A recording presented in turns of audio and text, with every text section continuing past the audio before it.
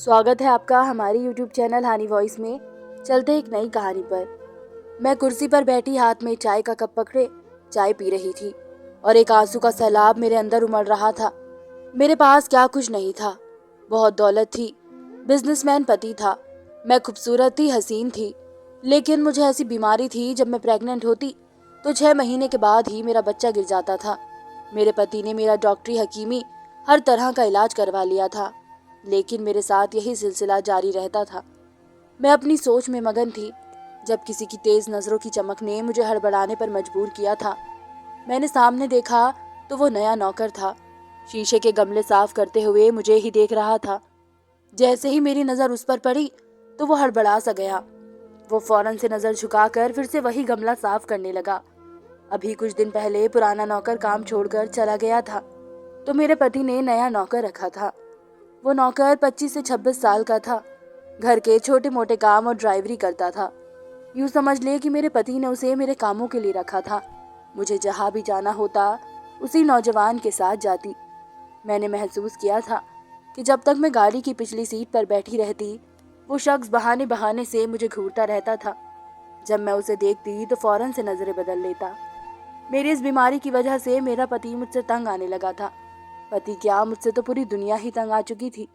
मैं किसी भी महफिल में जाती तो औरतें मुझसे दूर दूर होने लगती थी, ऐसे जैसे मैं कोई अछूत हूँ। खास तौर पर प्रेग्नेंट औरतें तो मुझसे यूं भागती थी जैसे कि मैं कोई डायन हूँ। मेरा साया भी अगर उन पर पड़ गया तो उनका बच्चा मर जाएगा। मैं अपने आंसुओं का कैसे घूंट पीती थी ये बस मैं ही जानती थी। मुझे महफिलों में लोग शायद इसलिए बर्दाश्त करते थे कि मेरा पति एक बहुत बड़ा अमीर बिजनेसमैन था और इसके ताल्लुकात की वजह से सब लोग मुझे बर्दाश्त करने पर मजबूर थे। रात को भी मैं एक पार्टी में गई थी, लेकिन बहुत सी औरतें मुझसे ठीक से बात तक नहीं करती थी, क्योंकि सभी जानती थी कि जब भी मैं प्रेग्नेंट होती हूँ तो 6 महीने के बाद ही मेरा बच्चा गिर जाता है। एक औरत के लिए एक बहुत बड़ी तकलीफ है।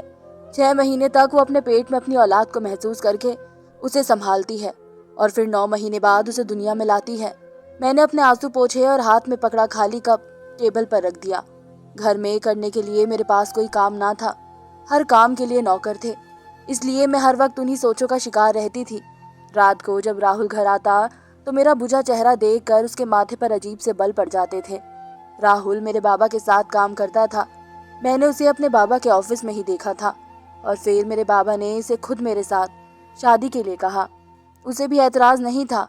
हम दोनों की शादी को 8 साल का वक्त बीत गया था और इस 8 साल के समय में मैं 4 बार प्रेग्नेंट हुई थी, लेकिन चारों बार ही मेरा बच्चा गिर गया था। राहुल ने मेरा इलाज करवाने के लिए कोई भी कली नहीं छोड़ी थी। मुझे बाहर विदेश तक लेकर गया था, लेकिन मेरी बीमारी ऐसी थी कि खत्म होने का नाम ही नहीं लेती थी। अब तो हर वक्त राहुल भी मुझे ताना देता रहता था, कहता था कि 8 साल हो गए हैं, लेकिन मैं तुमसे अब थक चुका हूँ। इतनी सारी जायदाद है मेरे पास, लेकिन इस जायदाद का कोई वारिस नहीं है और ना ही मुझे आगे कोई उम्मीद है। मैं क्या करूँगा इतने पैसों का? मर गया तो सारा कुछ दूसरों के हवाले हो जाएगा। आज भी मैं गुमसुम बैठी उसकी बातें ही सुन रही थी। उसे क्या कह सकती थी?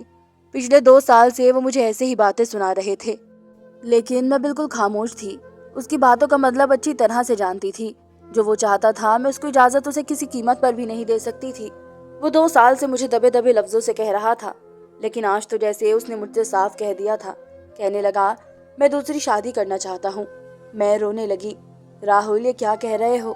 मैंने उसका हाथ पकड़ लिया। मैंने कहा, ऐसा मत करो। तुम क्या समझते हो औलाद के ना होने का गम सिर्फ तुम्हें है, मुझे नहीं है। मैं अपनी औलाद को खो देने के बाद लोगों के इतने घटिया रवैयों को भी बर्दाश्त करती हूँ, और ऊपर से तुम मुझ पर एक और जुल्म करने के लिए कह रहे हो। मेरे घर में सौतन लाना चाहते हो। राहुल को मुझसे मोहब्बत थी। शायद यही वजह थी कि पिछले 8 सालों से वो मुझसे बात कहते हुए कतरा ही रहा था, लेकिन वो था तो एक आदमी ही, और वो कुछ भी कर सकता था। मैं अपने घर में किसी भी दूसरी औरत को बर्दाश्त नहीं कर सकती थी, ना ही अपना पति किसी के साथ बांट सकती थी। मुझे बस इसी बात का डर था। वो कहने लगा कि तुम औरतों के पास ये प्लस पॉइंट है कि जरा सी बात पर रोकर अपना दिल का बोझ हल्का कर लेती हो, लेकिन बताओ मैं क्या करूं? मुझे औलाद चाहिए, वो भी हर हाल में। मैंने अगर और साल बर्बाद कर दिए तो और मुश्किल हो जाएगी। मैंने कहा, राहुल, तुमने जैसा चाहा मेरा इलाज करवाते आ रहे हो, अब भी जो चाहे कर लो। मैंने कभी इनकार तो नहीं किया, लेकिन मुझे इस तकलीफ में मत डालो। इस बार उन्होंने अपना हाथ मेरे दोनों हाथों से खींचा और उठकर बाहर चले गए। मैं पूरी रात रोती रही। सुबह मेरी आंखें बहुत ज़्यादा सूजी हुई थी। राहुल मेरे उठने से पहले ही जा चुके थे। मैं कमरे से बाहर आई तो नौकरानी मुझसे नाश्ते का पूछने लगी। मैंने कहा मुझे कुछ नहीं खाना, बस एक कप चाय दे दो। मैं लॉन्ज के सोफे पर ही बैठ गई थी, जहाँ वो नौकर शीशे की टेबल और गमले को कपड़े से साफ कर रहा था और मेरी आंखें देख कर कहने लगा, क्या आपको कोई मसला है? आपके साथ कोई परेशानी है? आप क्यों हर वक्त इतनी उदास रहती हैं? मैंने अजीब अंदाज से उसे देखा। मैंने कहा, अपने काम से काम रखो। मैं कैसी हूँ कैसी नहीं तुम्हें कोई ज़रूरत नहीं है इस बात में इंटरेस्ट लेने की। उसने अपने कंधे उचकाए और गहरी सांस ली। दोबारा से गमला साफ करने लगा। नौकरानी ने मेरे सामने चाय रख दी और चली गई। मैंने चाय का कप पकड़ा और पीने लगी। वो कहने लगा, मर्जी है जी आपकी, लेकिन अगर किसी से अपना गम बता देंगी तो हो सकता है आपकी परेशानी दूर हो जाए। इसकी बात ने मुझे चौंका के रख दिया था। मुझे हैरत इस बात की हुई थी कि वो कैसे जानता था कि मुझे क्या परेशानी है। इसे तो अभी आए हुए बस 1 महीना ही हुआ था। फिर मेरे दिमाग में आया कि घर में इतने सारे नौकर नौकरानी हैं, किसी ने भी बता दिया होगा। दूसरा ख्याल मेरे दिमाग में ये आया कि हो सकता है ये किसी पीर फकीर को ही जानता हो जो मेरी इस परेशानी को हल कर दे। मैंने कहा कि इधर आओ, ज़रा मेरी बात सुनो। मेरा ये कहना था कि शायद वो पहले से इस बात के इंतज़ार में था। फौरन से सफाई वाला कपड़ा उसने एक तरफ रखा और मेरे पास ज़मीन पर आकर बैठ गया। मैंने कहा, तुम्हें कैसे पता कि मुझे क्या परेशानी है और मैं क्यों उदास और परेशान रहती हूँ? मेरी बात सुनकर वो कहने लगा, पता चल जाता है। मुझे बड़ा दुख होता है आपके बारे में ये सब सुनकर। ये जो औरत है ना आपकी नौकरानी, उसने बताई थी मुझसे ये बात। मैंने कहा, तुम्हारे पास इस परेशानी का क्या हल है? मेरी बात पर इसने नज़र झुकाई थी। कहने लगा, परेशानी का हल तो है, लेकिन छोड़ो, आप वो काम नहीं कर सकती। मैंने कहा, ऐसा भी क्या काम है जो मैं नहीं कर सकती? तुम मुझे बताओ। मेरी बात सुनकर वो उठकर खड़ा हो गया। कहने लगा, मैडम मुझे पता है ना वो काम आप नहीं कर सकती। ये कहकर वो चला गया और मैं उसे हैरत से देखती रह गई कि भला ऐसा भी क्या काम है जो मैं नहीं कर सकती। मैंने मुश्किल से मुश्किल इलाज करवाए थे, डॉक्टरी या हकीमी या फिर कोई पीर फकीर।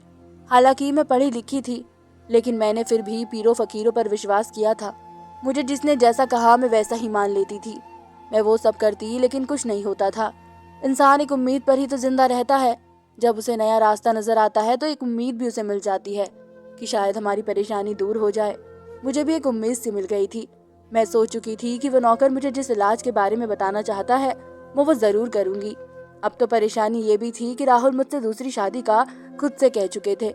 मुझे हर कीमत पर औलाद चाहिए थी, चाहे मुझे कोई भी रास्ता अपनाना पड़े। मैं अपने पति को छोड़ नहीं सकती थी, ना ही किसी दूसरी औरत के साथ बर्दाश्त कर सकती थी। अगले दिन मैं जब शॉपिंग के लिए घर से निकली तो इसी नौजवान ड्राइवर के साथ बाहर गई थी। गाड़ी में बैठते ही इधर उधर की बातों के बाद मैंने उससे कहा कि वो मुझे बताए कि वो क्या इलाज है। मैं हर हाल में वो इलाज करवाना चाहती हूँ। कहने लगा, मैडम मैंने आपसे कहा तो है, यह आपके बस से बाहर है। औरत हर काम नहीं कर सकती है। मैंने कहा, क्या जो इलाज तुम मुझे बता रहे हो उससे 100% मुझे औलाद हो सकती है? वो कहने लगा, हाँ बिल्कुल हो सकती है, और इस बात पर तो मैं शर्त लगा सकता हूँ। जितने भरोसे से मुझसे वो ये बातें कह रहा था, मुझे इसकी बातों पर विश्वास सा होने लगा था। मैंने कहा, क्या कोई बाबा वाबा है जो इस चीज़ का इलाज करता है, या कोई डॉक्टर या कोई हकीम? मेरी बात पर वो हंसने लगा। कहने लगा, नहीं, उन तीनों में से कोई नहीं है। उन तीनों के पास तो आप कई बार जा चुकी हैं और खाली हाथ ही लौटी हैं। मैं हैरान हुई थी कि ऐसा इलाज तो यही 3 किस्म के लोग करते हैं। ये मुझे किस बारे में बताने से कतरा रहा था। मैंने बार बार उससे ये बात पूछी कि वो कैसा इलाज है मुझे बताओ, लेकिन वो मेरी बात टाल जाता। जितना मैं उससे जिद करती पूछने के लिए, जानने के लिए कि वो कौन सा इलाज है जो मेरे इस बीमारी को ख़त्म कर दे, उतना ही वो आदमी मुझे बताने को तैयार ना था। अब तो मैं दिन रात बस यही सोचती रहती थी कि वो मुझे किसी तरह से इस इलाज के बारे में बताए ताकि मेरा घर भी टूटने से बच जाए। आजकल मैंने देखा था कि राहुल मुझसे बिल्कुल भी बात नहीं कर रहा था। ऑफिस से घर आता तो लैपटॉप लेकर बैठ जाता और उसके बाद मोबाइल पर कभी अपने दोस्तों से बातें करता रहता तो कभी चैट करता रहता। अगर मैं इससे कोई बात शुरू भी करती तो वो मुंह बनाते हुए कमरे से बाहर निकल जाता। लेकिन इसके बाद जो मैंने देखा, मेरे पैरों के नीचे से ज़मीन ही निकल गई। आज भी मैं उस ड्राइवर के साथ एक शॉपिंग मॉल पर गई थी, जहां मैंने राहुल को एक खूबसूरत सी लड़की के साथ बैठे देखा था। वो इस लड़की को शॉपिंग करवा रहा था। उसे देखकर तो मेरे जैसे होश उड़ गए थे। ये राहुल की वही सेक्रेटरी थी। वो नौकर भी मेरे साथ था। मेरे चेहरे की उड़ी हुई रंगत देख रहा था। राहुल और वो लड़की कुछ कदम के फासले पर मेरे सामने एक शॉप के अंदर खड़े हंस रहे थे, बातें कर रहे थे। वो लड़की अपने लिए कपड़े पसंद कर रही थी और राहुल से पूछ रही थी कि वो कौन से कपड़े ले। और मुझे लगा कि जैसे मैं खड़ी खड़ी पागल हो चुकी हूँ। मेरे अंदर से कोई चीज़ छिन सी गई हो। मेरे अंदर से कोई चीज़ अचानक से टूटी थी। लेकिन वो मेरा पति था। फिर मैंने उससे मोहब्बत भी बहुत ज़्यादा की थी। इसके साथ मैं किसी भी लड़की को बर्दाश्त नहीं कर सकती थी। मुझे याद है जब मेरी शादी हुई थी तो शादी से पहले राहुल की यही पर्सनल सेक्रेटरी थी। लेकिन मैंने आते ही इस लड़की की छुट्टी करवा दी थी। मैंने कहा था, राहुल तुम अपनी सेक्रेटरी किसी मेल को रखो, मैं तुम्हारे साथ किसी भी औरत को बर्दाश्त नहीं कर सकती। इस वक्त तो राहुल ने मेरी बात मान ली थी, लेकिन उसे इसी लड़की के साथ देखकर मेरे होश उड़ गए थे। दिल में अजीबो गरीबो ख्यालात से उठने लगे थे। मैंने अपने शॉपिंग बैग वहीं फेंके और तेज कदमों से चलती हुई राहुल और इस लड़की के सामने खड़ी हो गई। मुझे देखकर वो दोनों ही चौंके थे। मैंने कहा, राहुल ये कौन है? मेरा लहजा भी बहुत ही ज्यादा गुस्से भरा था। राहुल ने कहा, अभी तुम घर जाओ, मैं घर आकर बात करूंगा तुमसे। मैंने कहा, नहीं, मुझे अभी बताओ ये कौन है? तुम कैसे किसी लड़की के साथ बाजारों में घूम फिर सकते हो? तुम मेरे पति हो और मेरे लिए तो तुम्हारे पास वक्त ही नहीं होता।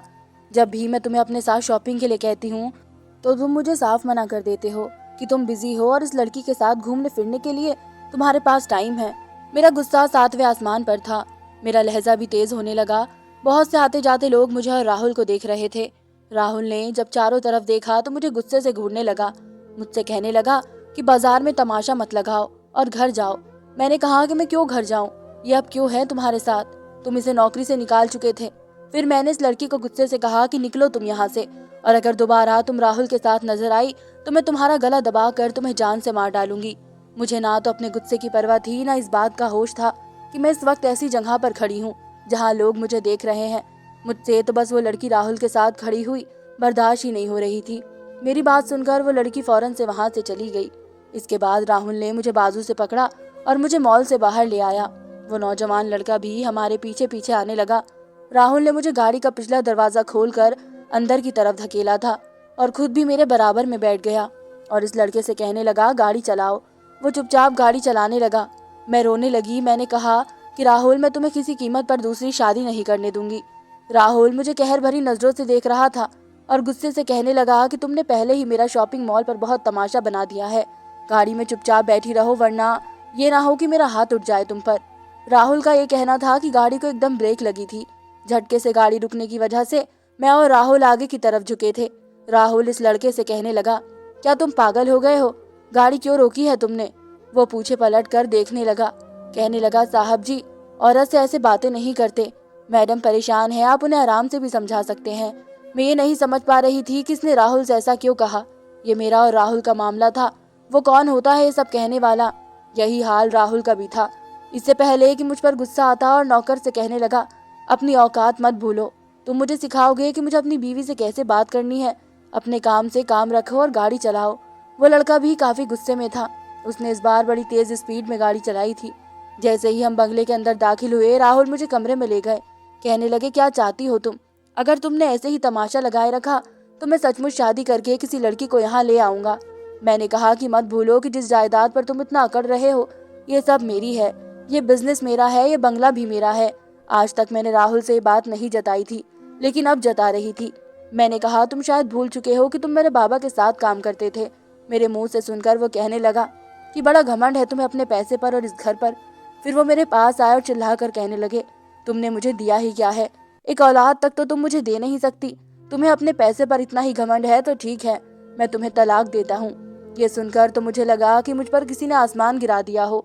मैं राहुल से कोई भी उम्मीद कर सकती थी, लेकिन तलाक की तो हरगिज नहीं। मिनटों में ही उसने मुझे तलाक दे दी और चला गया। कहने लगा, संभालो अपना घर और अपना कारोबार। मैं भी देखता हूँ तुम कैसे सब कुछ संभालती हो। मुझे पैसों की कोई कमी नहीं है, मैं बहुत पैसे इकट्ठे कर चुका हूँ। ये कहकर वो घर से निकल गया और मैं यूं खड़ी थी जैसे कोई पत्थर की मूरत हो। मुझसे सदमा बर्दाश्त ही नहीं हुआ। मैं वहीं गिर के बेहोश हो गई। जब मुझे होश आया तो मैं अपने बेड पर लेटी थी और डॉक्टर मुझे चेक कर रहे थे। वो नौकर और घर की नौकरानी भी मेरे कमरे में मौजूद थे। डॉक्टर ने मुझे होश में देखा तो पूछने लगे कि आपको क्या हुआ था। उन्हें क्या बताती कि मैं क्या खो चुकी थी। मैंने कोई भी जवाब नहीं दिया। डॉक्टर कुछ दवाई लिखकर कहने लगे कि ये दवाई मंगा लो, आप ठीक हो जाएंगी। डॉक्टर घर से जा चुके थे। इस लड़के ने इस घर की नौकरानी से कहा कि मैडम के लिए फ्रेश जूस लेकर आओ। वो नौकरानी भी कमरे से बाहर निकल गई।